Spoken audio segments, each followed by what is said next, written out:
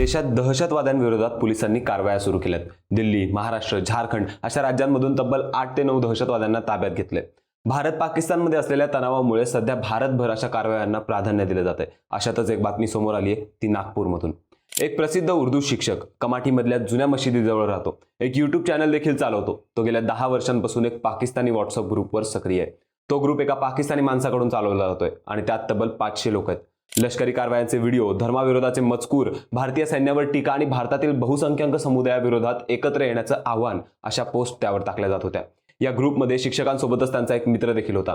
या दोघांनाही ATSने शनिवारी पहाटे ताब्यात घेतलं। पाकिस्तानातील जिहादी सोशल मीडिया ग्रुपशी त्यांचा संबंध आढळल्यावर ही कारवाई करण्यात आली होती। ते दोघेही तब्बल 8 तास कस्टडीमध्ये होते। त्यानंतर त्यांचा मोबाईल फोनमधला सगळा डाटा जप्त करून त्यांना सोडून दिलं। मात्र ATS अजूनही त्यांच्यावर लक्ष ठेवून आहे। या काळात आसाम आणि उत्तर प्रदेशमध्ये अशाच प्रकरणांमध्ये काही लोकांना अटक केली होती। त्यामुळे केंद्रीय गृह मंत्रालयाने सगळ्या एजन्सीजला सोशल मीडिया प्लॅटफॉर्मवर लक्ष ठेवण्याचे निर्देश दिले।